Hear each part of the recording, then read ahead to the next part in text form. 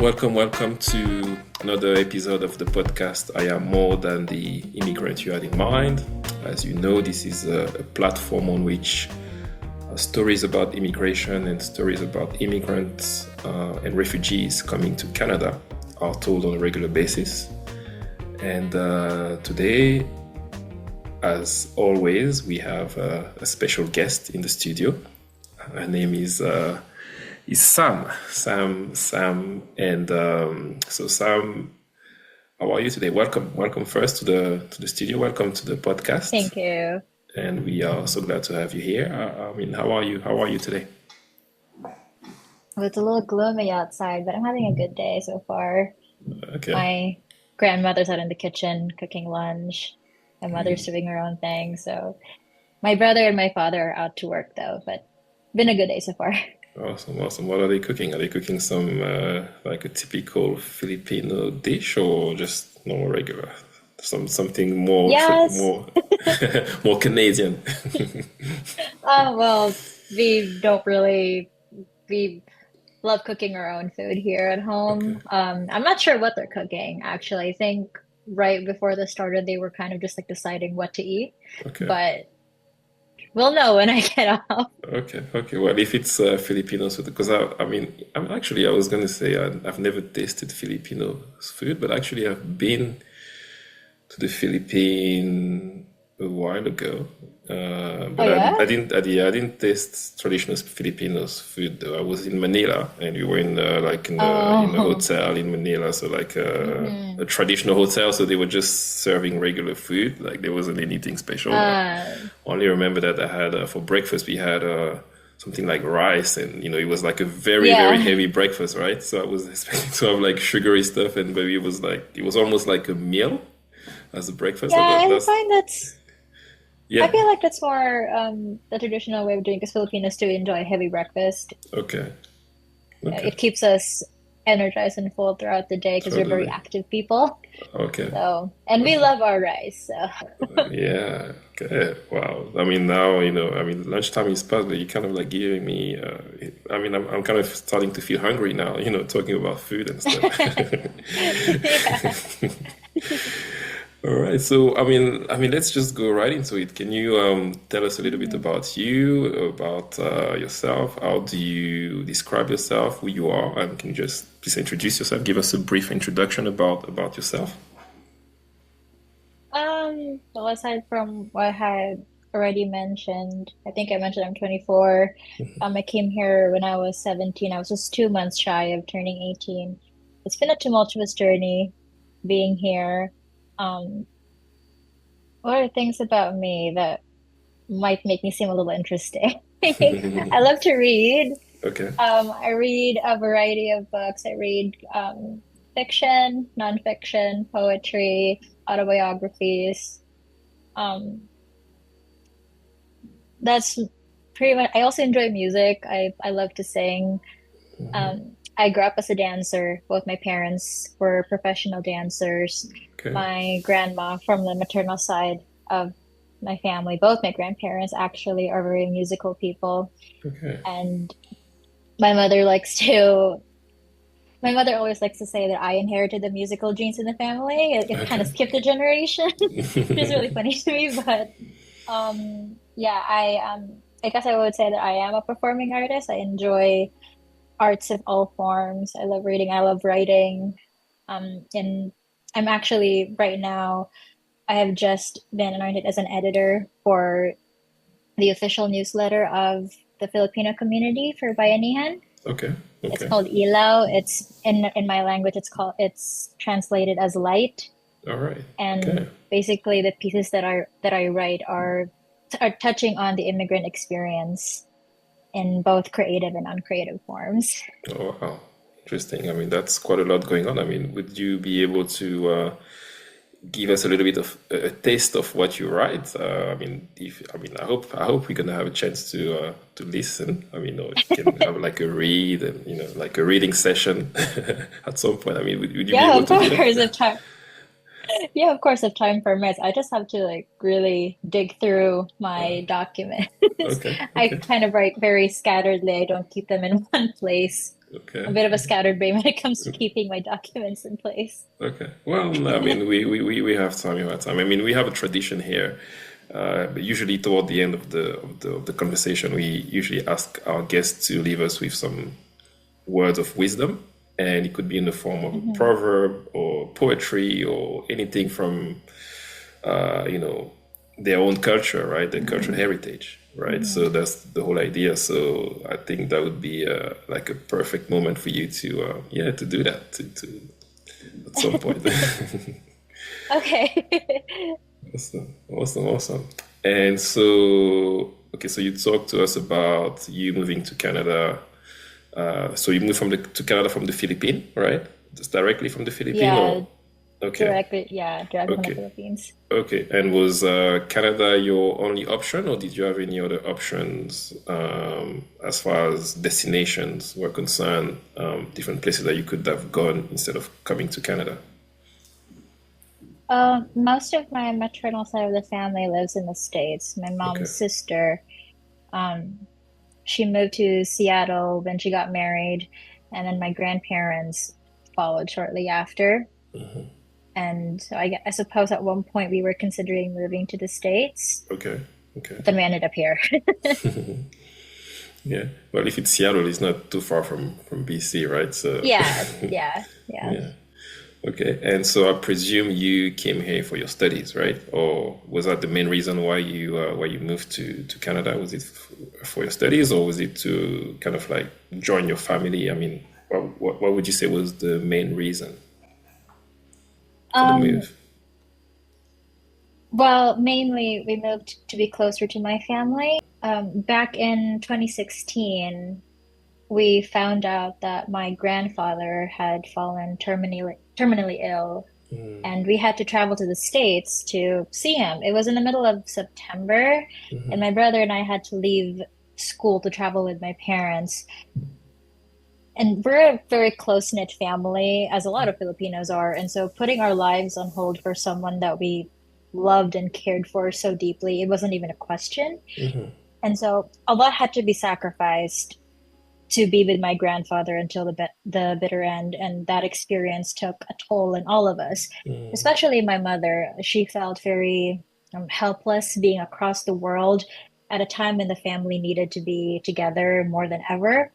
And so in August of the next year, in 2017, my mother moved here to pursue her second master's degree.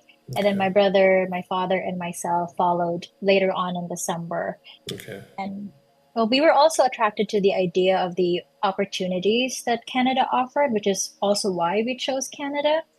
I suppose, um, from my point of view, I think I've always known from a very young age that I would want to study abroad at some point in my life. It just so happened that a series of unfortunate events led us here. Yeah, sure, absolutely. Although I would have to say that my family and I were blessed enough to even have the choice of migrating. Thankfully, it was never because we didn't have any prospect of living a happy and comfortable life back home. And so, apart from being closer to family, I suppose we were just ready to embark on a new journey. That was never, I'm very grateful up to this day. I'm very grateful that it was never for economic necessity. Yeah, sure. Yeah. We had everything that we needed back home. And so it was just, we moved to be closer to family and just to turn over to a new chapter in life. Absolutely, absolutely. So, can you talk to us about then your arrival here in Canada? Opening this new chapter in your life, and how was the reception from the Canadian population, so to speak? Initially, it was, well, we know, I wouldn't say that we knew exactly what to expect. I mean, most of the first time that I went to the States is actually to visit my grandfather. That was the first time, and it was a very tumultuous time for us. It was very emotional, and so I wouldn't say that we really got to um, really enjoy most of our time when we were in the States. And so most of our exposure to Western culture and what it's like to live here in North America had already been here. So we came here with an open mind. We didn't really know what to expect, Okay. apart from what we probably seen in movie. We thought that it would be a typical, no, life is like a movie. You know what I mean? Yeah. Yeah. Um, and so we were pretty excited. I was like, oh, we're going to be in Canada. A lot of opportunities are going to open for us. I'm going to finish high school here. I'm going to get a degree here. And so we were already counting all of our eggs before they were hatching. And so it was just, we were very ambitious. My brother and I were talking about all the things that we wanted to do when we came here. And I find that initially we we've met a lot of nice people, a lot of good people, and it was despite the challenge of like probably assimilating or really integrating into the culture here, we had each other, and we did the best that we could to survive in the initial stages of it. Yeah. But obviously, as time went on, more things started to unfold, and we became a lot more receptive, and we opened our eyes to a lot more of the realities of what it takes to really survive here and really live here. So Yeah. it was like a dramatic 180, I would Really? say. Okay. Okay. Yeah. Well, Yeah. talk to us a little bit about that. I mean, in what sense? Can you tell us a little more about that? That 180-degree, yeah, move. Um, so you asked me earlier about one of the significant challenges that I've Yeah. had Yes. Yes. growing up here, and I mentioned experiencing lateral violence. Yes. Um, Yes. when we talk about violence against a racialized and marginalized group, we often forget to think more inwardly. We often talk about violence inflicted by the dominant culture, and in the context of Canada, it would be violence perpetrated by white people. Yeah. However important it is to keep having that discussion, we seem to shy away from talking about discrimination that is perpetrated by our own community. Yeah. And that's what lateral violence is when you have displaced anger targeted towards your own communities. And in order to navigate these issues, we have to start from the position that the immigrant experience is incredibly multidimensional. Yeah. We experience violence in multiple forms, and we should be allowed to talk about it. There isn't just a one path to one dimension to the immigrant experience as much as the media would like to portray it or the dominant culture would like to portray it. For example, I grew up in an island in the Philippines called Mindanao, and it is heavily stigmatized as an area of conflict where people are discriminated against by the media and even in our education system. And it's a whole history of discrimination and oppression that goes back to our Spanish colonial era. Okay. And when I first moved here, I was 17 going on 18, and I went to this high school that did not really have a lot of Filipinos where I was from.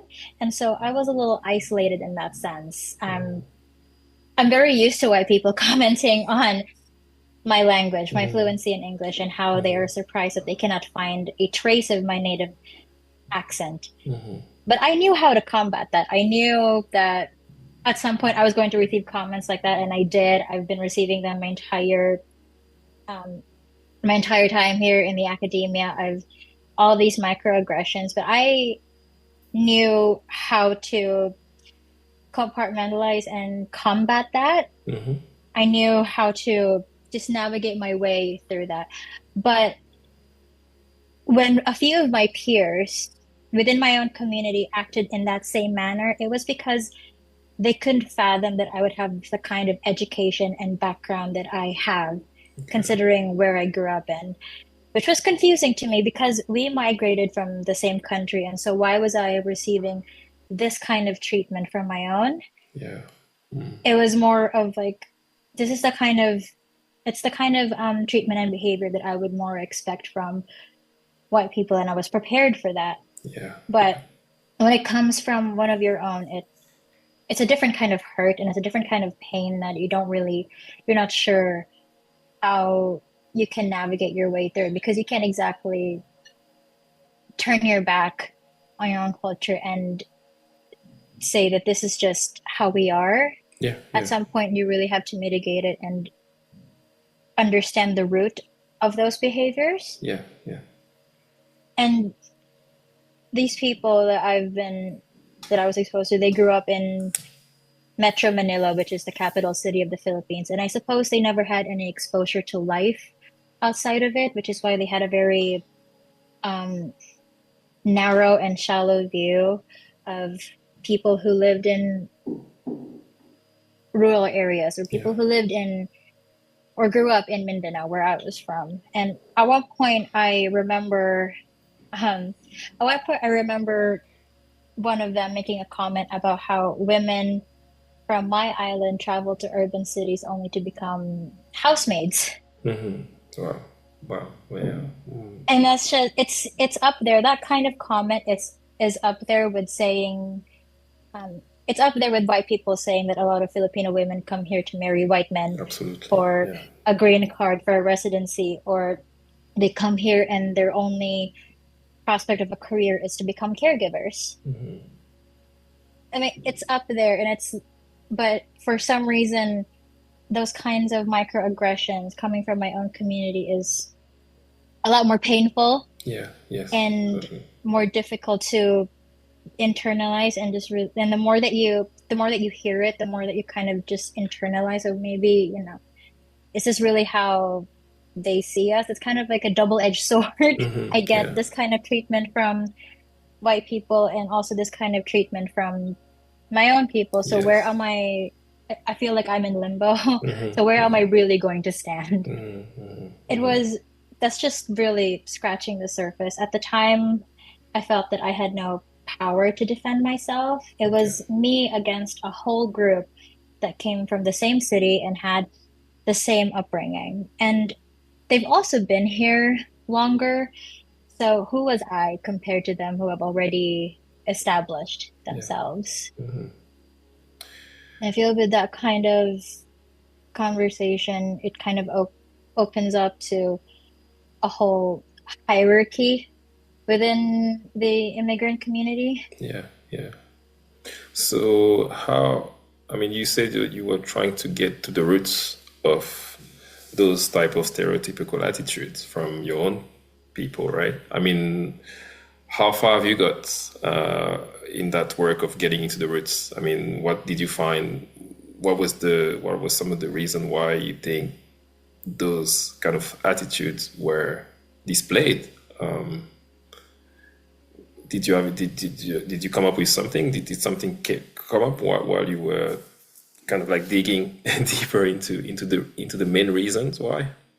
My mother and I have endless conversations about this, and it often starts off as a rant when I'm telling her about an encounter that I had with somebody, and then we go into this whole rabbit hole of having this conversation about internalized racism, lateral violence, and colonial trauma. And we often arrive to the conclusion that it is really all just rooted in colonial trauma, that it's manifested in colonial mentality. So the Philippines was colonized for almost 300 years by the Spanish. And what that did to us systemically is that we created a hierarchy of classes between Filipinos. Yeah, Like if you lived in this certain area of the Philippines, then you're considered to be a lot more educated and you have a lot more social standing and you have a lot more class. If you speak a certain dialect or a certain language, you're considered a lot more low class. Had Multiple times I've had experiences where when I speak my language, I speak Cebuano. And okay, a lot of times, a lot of people who speak Tagalog, which is the universal language of the one of the universal language in the Philippines, they they we often are discriminated against simply for wow, speaking our language, and wow, we're discriminated against for maybe our lack of fluency yeah, in Tagalog, and how there's just a whole um there's just a lot of unpacked internalized discrimination just within the country itself, that Yes, when people move out of the country and into when they spread out into diaspora, they bring those attitudes with them, absolutely, absolutely. Yeah. and we're unaware that it is rooted in colonial trauma. And when No, it's spread out that large, we don't know how it's sometimes it's really hard to really, get to the root of it. And sometimes the best that we can do is just really talk about it. But then we don't really know how that's being received on the other end. We don't know how receptive other people are, because when we talk about it, we might take a defensive stance. absolutely. Yeah, yeah. No, I mean, it's fascinating because what you're describing about the Filipino community, because obviously colonialism has been all around the world, Yeah. right? And I'm originally from Africa, Central Africa, Cameroon, and in Cameroon and in a lot of places in Africa as well, you have this thing which is called tribalism, which is also, Yeah. I would say, also it's also very deeply rooted in colonialism because there was this Yeah. rule back then of dividing to conquer, right? They had to divide Hmm. communities to conquer them better. And if you look at today and the generations of today, they're still living with this trauma from the past, right? And so as you were talking, I kind of also could relate with what you were saying in the sense Yeah. that we are, I mean, it will take quite a long time to kind of like process exactly how the impact of Yeah. colonialism on communities across the world really. And Yeah. so yeah, so that's really fascinating. That's really fascinating. So I guess the follow-up question to that would be, how do we then, now that we have made those observations, right, about the divisions and the division between the communities, how do we move forward and bring those communities back together now? I realize it's a very loaded question, that I don't expect you to come up with like an answer for that right now, but just like an idea. How do you, once you have made that observation, how do you now, get into a place where you bring communities together? Because obviously this platform is also about bringing communities together, not only Mm. communities like sub communities, but also the wider community together, right? Yeah. So yeah, any I ideas? guess, Just like that. I suppose, well, starting from what I'm doing right now is just to really, once you understand and realize that it's a problem, you should not be afraid to talk about it, but talk about it in a way that is like you're remaining sensitive there. You're sensitive to the topic at hand. You're sensitive to the people that are involved in this problem and what your complicity is to the problem. And just also understanding that it's system and speaking on a systemic level, it's not their fault. Like I mentioned earlier, there's a hierarchy within the immigrant community, and I find that this hierarchy is established based on your proximity to whiteness, right? That the longer that you've like, especially for older generations of immigrants, I've experienced this and witnessed this with a lot of older generations of Filipinos that I've met who have really positioned them as close to whiteness as they possibly can. And in in my experience with them, they tend to those who have been here longer tend to gatekeep the privileges that they have attained in order to protect themselves. But I can't blame them for it though, because you do what you think you can to help you survive in a system that is ultimately designed to disenfranchise you. So if at the time putting themselves as close to whiteness is what helped them Yeah. get to where they are right now, like assimilating themselves to be as Canadian as they possibly can in terms of attitude, belief systems, and culture, and just stripping themselves, slowly stripping themselves of their heritage or culture, what makes them Filipino. And it's very disheartening to realize that, but it's a reality for a lot of immigrants, especially for older generations of immigrants. They've had to do that to survive and to make sure that they're not the targeted community. Yeah. Yeah. But when there also needs to be a point where we realize that when we ourselves marginalize and discriminate our own communities, it does nothing but comfort and validate white people in their inclination towards bias and discrimination. So when they see other immigrants be like, oh, these immigrants do nothing but expect government handouts, when it's coming from an immigrant, it validates every bias and every stereotype that the dominant culture has on us. Oh, well, she said it, an immigrant said it, so therefore it must be valid. Absolutely. Yeah. Like we can't really blame them for we can't blame older generations of immigrants who have had to position themselves in this way for their behaviors and how their actions also disenfranchise newcomers or other marginalized communities. But we can address and understand why that is. And go on. Yeah. No. I was going to ask you, but would you think that their behaviors of those that older generation, do you think it's conscious or unconscious? The way they behave towards the newcomers or the new immigrant, or their positioning, which is close to whiteness, as you said. Would you think that it's conscious or unconscious? Is it like, or would it be a case that sometimes, again, as you were saying, colonialism has had such an impact on those generations that they have kind of like developed patterns that can be traced back to this type of colonialism, right? And because that's how things were, and it's almost as if it was passed on from generations to generation, even without people even realizing that they were behaving in such a way, right? I don't think it's conscious, really. When you yourself are doing, I don't think that it's conscious that you do it. It's just like sometimes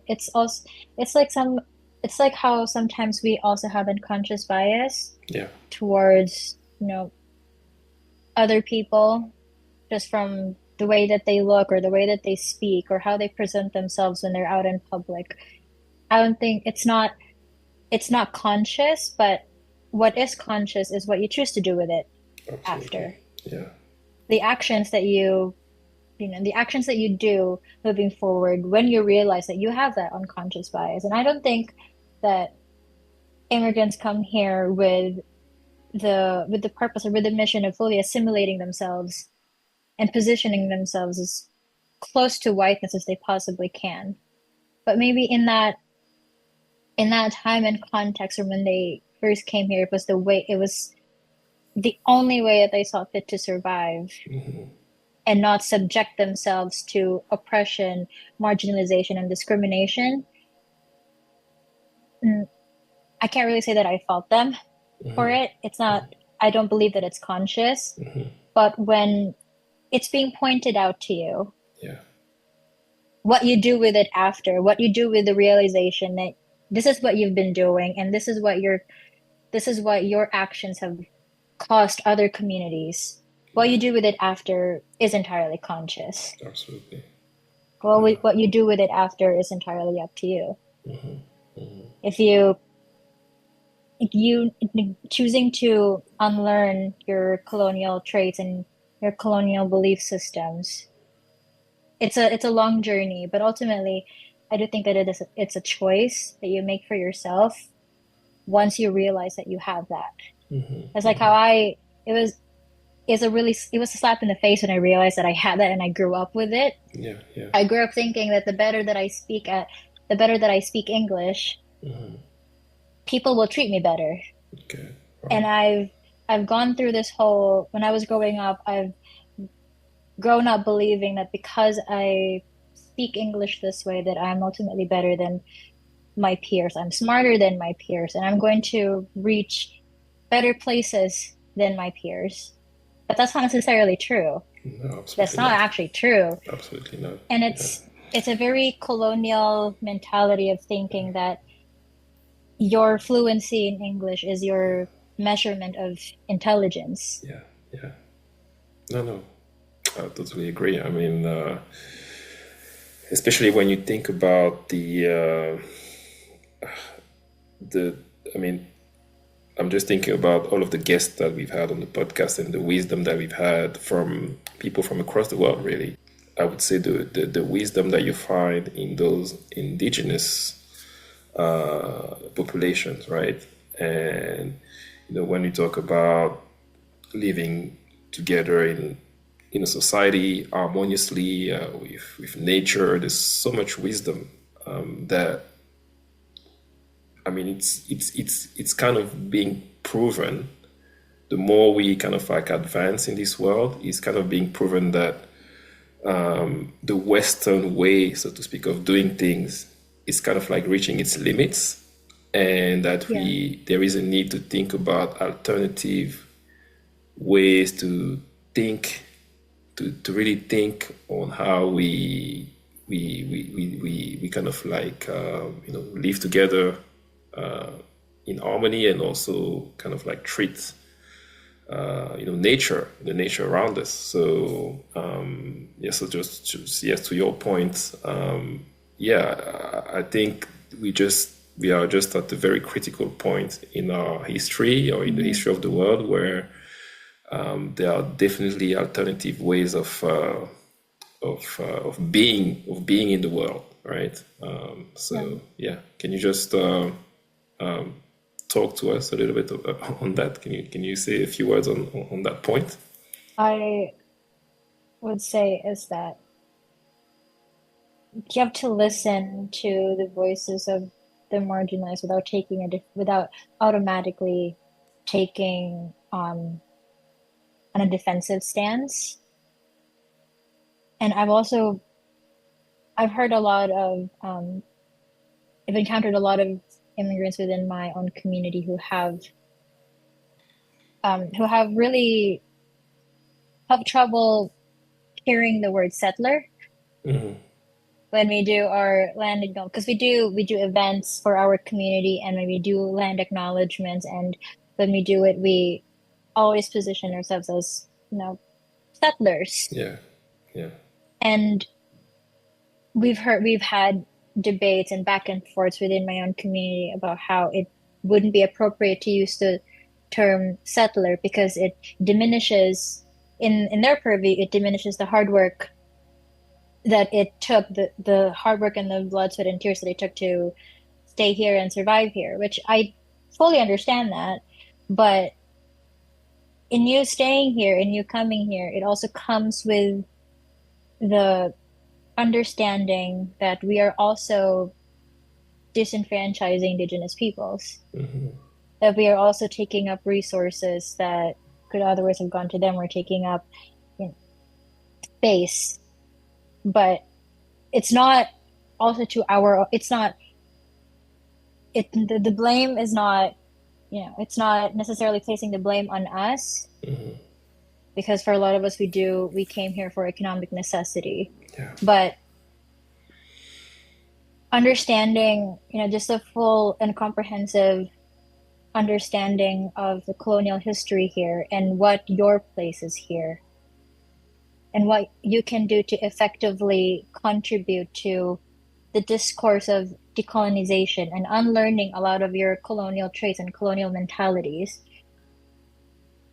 That's still a start. A slow step forward is still a step forward regardless.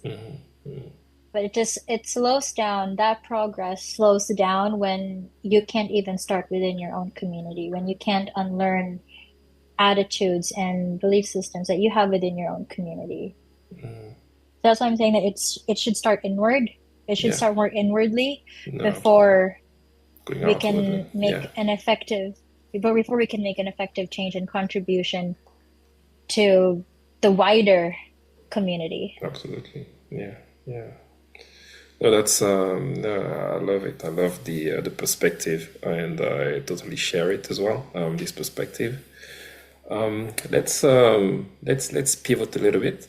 And you also mentioned your when you were talking about achievements. You talked about graduating and getting a degree in political Yeah. science as being one of your main achievement. And yeah, so can you talk to us a little bit about that? And yeah, why do you consider it to be such an achievement actually?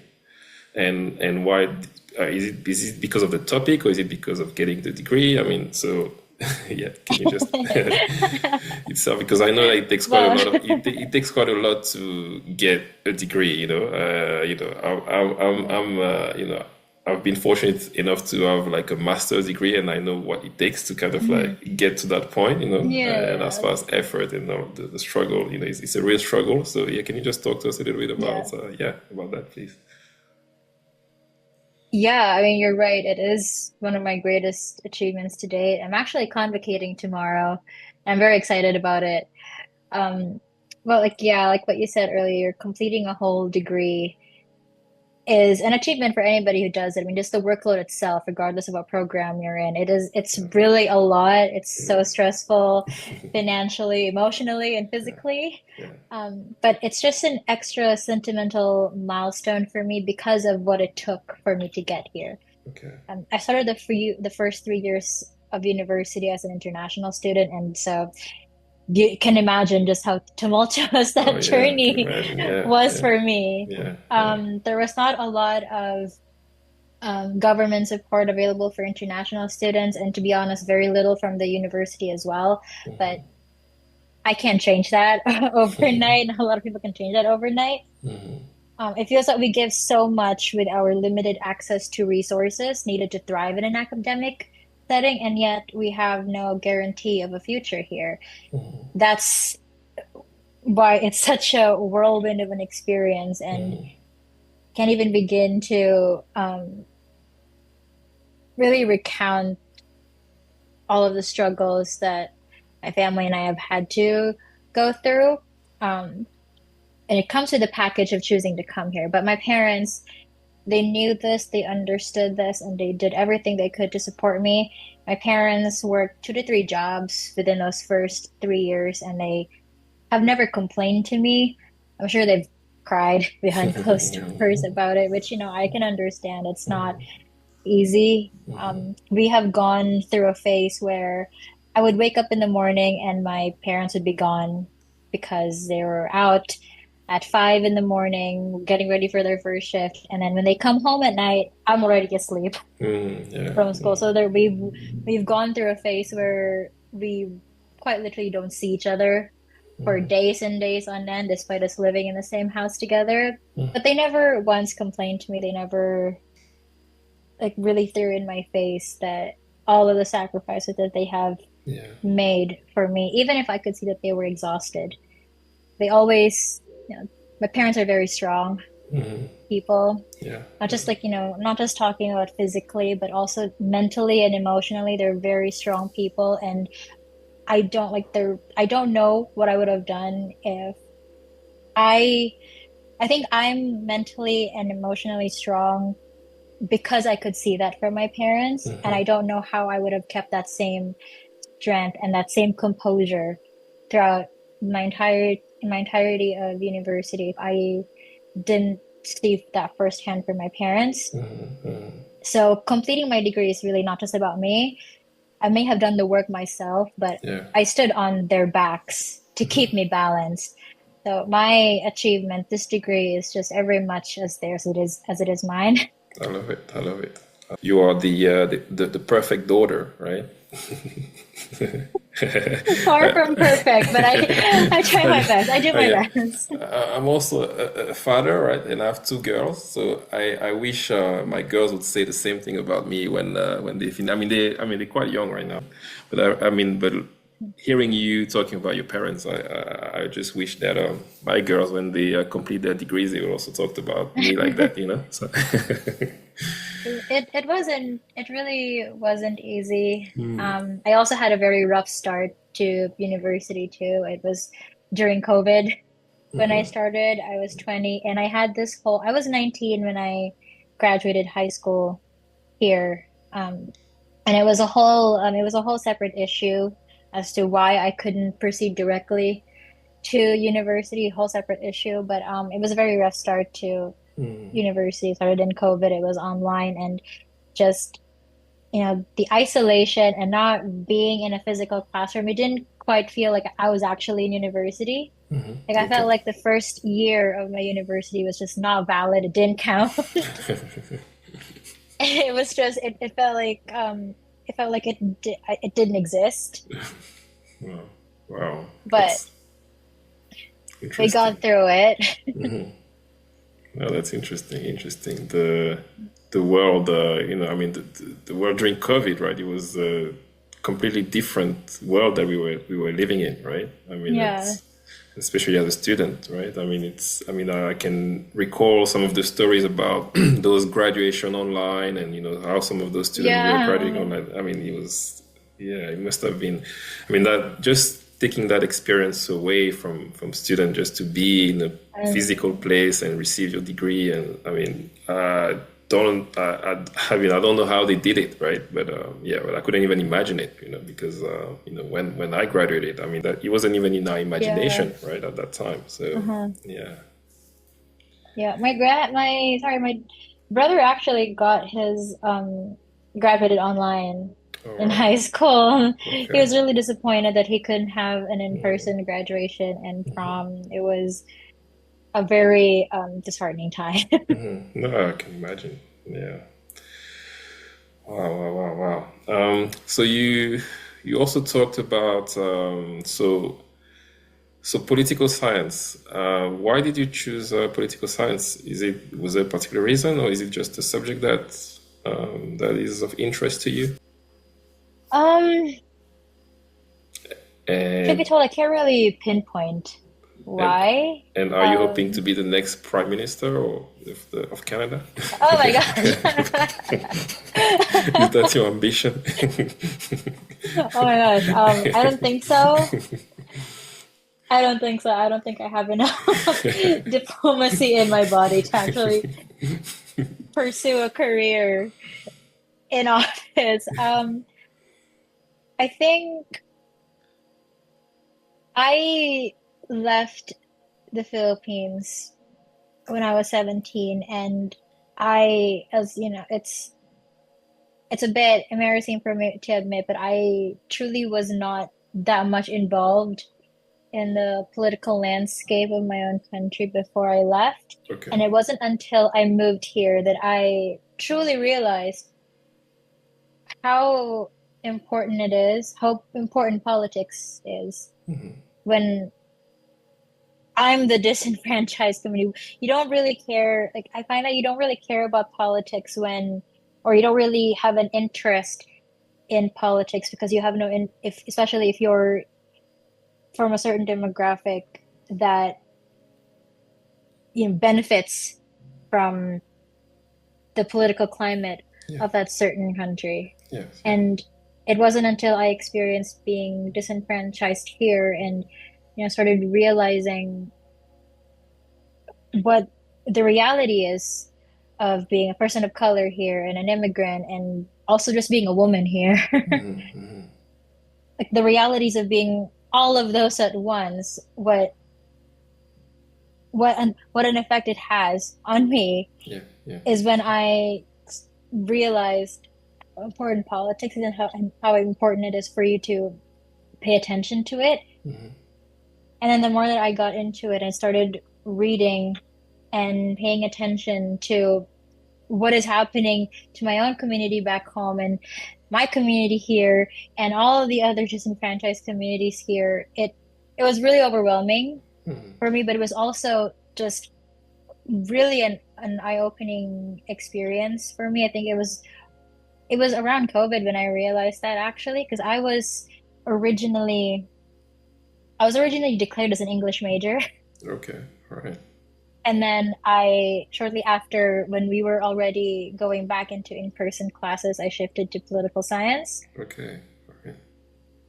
And so it was really, it was really an eye-opening experience for me to realize that, oh, damn, I am the disadvantaged community. Hmm. And I've been living so comfortably back home in the Philippines that I had very little to no concept of how hard life is for other communities. And it's, I'm privileged in that sense that Hmm. my parents had good careers back home and they were able to give me a life where I was comfortable. I didn't really have to worry about anything except just going to school and coming back home and then doing Hmm. my homework. I'm really blessed in that sense, but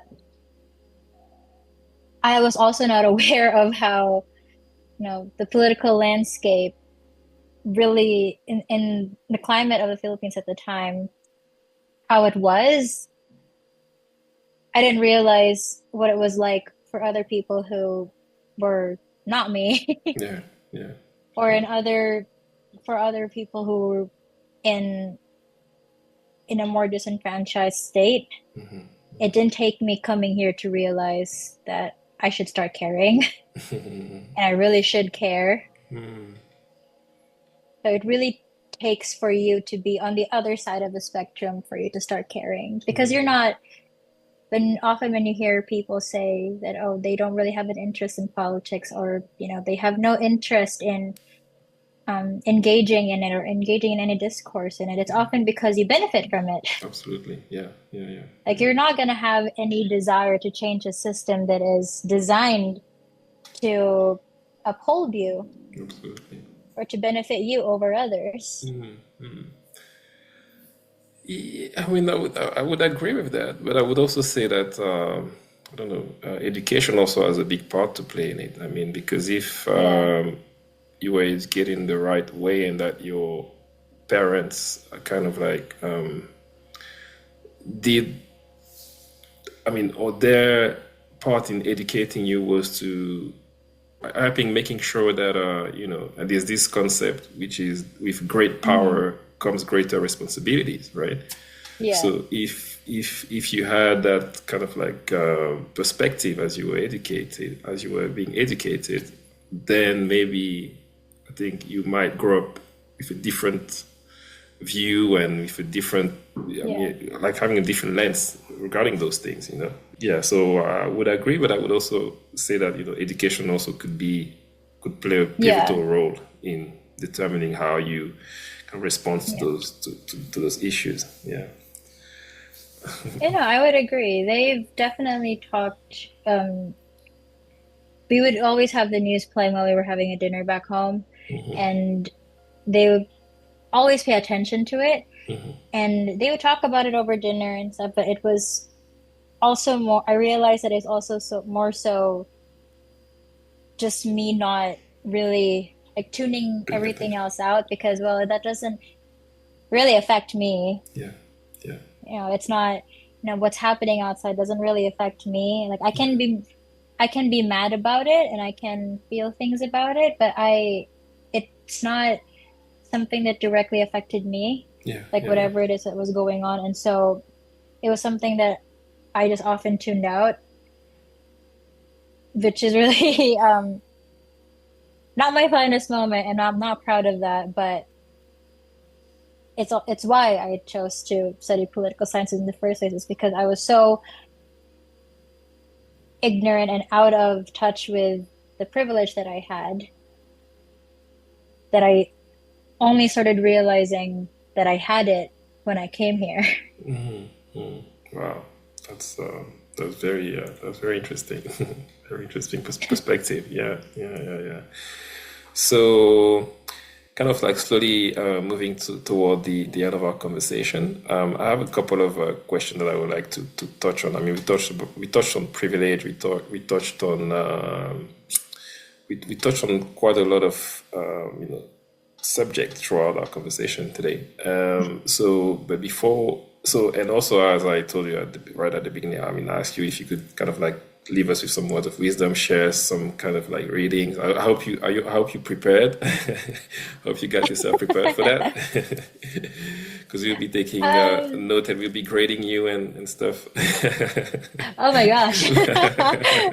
Turns out I am not graduating yet. I'm going to be graded today. Um, there is well, I could do like both. Uh-huh. I could also just, there's a statement, like a saying that we have in our community. It's called bayanihan. Okay. I'm not sure if you've ever heard of that word before, No, no, no, no, but never.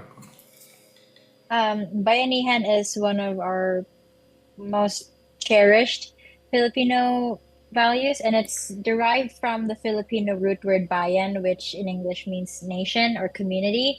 And Okay. so bayanihan refers to the spirit of community, having communal unity and harmony and just helping one another achieve a common goal. But it is, historically speaking, it's associated with the tradition of physically carrying houses. All right. So Okay. within a neighborhood, when a family wants to move from one province to another, one city to another, the neighbors would gather around and help this family quite literally bring the house carry the house Oh on their wow. shoulders. Wow. So it's a collective effort and mutual aid to help this family Wow. move from one place to another. And I that's love the it. whole, you know, concept of bayanihan is just togetherness, community, and just harmony with Okay. one another. I And love it. despite all of the things that I have said earlier about the problems that um, my community has, Hmm. one of the things that I also really love about my community is our sense of community. Mm, yeah. Is that we're always there for each other. We know when to act when somebody is in need, and we just have this collective and mutual understanding of togetherness. Hmm. That's one of the things that I really love about being Filipino is our shared identity of being communal Wow. and Love it. you know So just having that shared spirit of harmony. yeah, no, I love it. I love that. I absolutely love it. How do you spell that again? Bayan, Bayan. How do you Bayanihan, Bayanihan? Bayanihan. Okay, Bayan. Wow, I love it. I love it. I mean, this is gonna be like my new motto in life, right? It's just so beautiful how you say it and how you pronounce it. I'm gonna Hmm. take it from you guys and still that concept from my Filipino community and fraternity. And I Yeah. do have the one thing that you requested about like a short reading, if you still wanted it. Yes, absolutely. Yes, please, please, please. Is It's it just, do you want me to just like do yeah, everything or just like a short yeah. snippet? Just a short snippet, please. Yes, yes, please. Yeah. Okay. This is actually a poem that I wrote for one of my elective classes on narratives of refugees and migration. Okay. And we're asked to write a blog post at least every other week about what we took from the readings and just and what we've learned about migration and the refugee narratives. And Hmm. this is just drawing on personal experiences and other others like myself. Hmm. And this is a poem entitled Lessons in Borders. Okay. All right.